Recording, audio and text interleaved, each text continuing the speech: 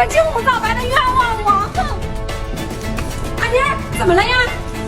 妈妈，奶奶冤枉我，冤枉你！这是怎么回事呀？是二妮让丫头在树底下避雨的，是这样吗？是这样的。那为什么你成这样了，二妮儿没事呢？二妮不让我站树底下，是我自己非要站在树下的。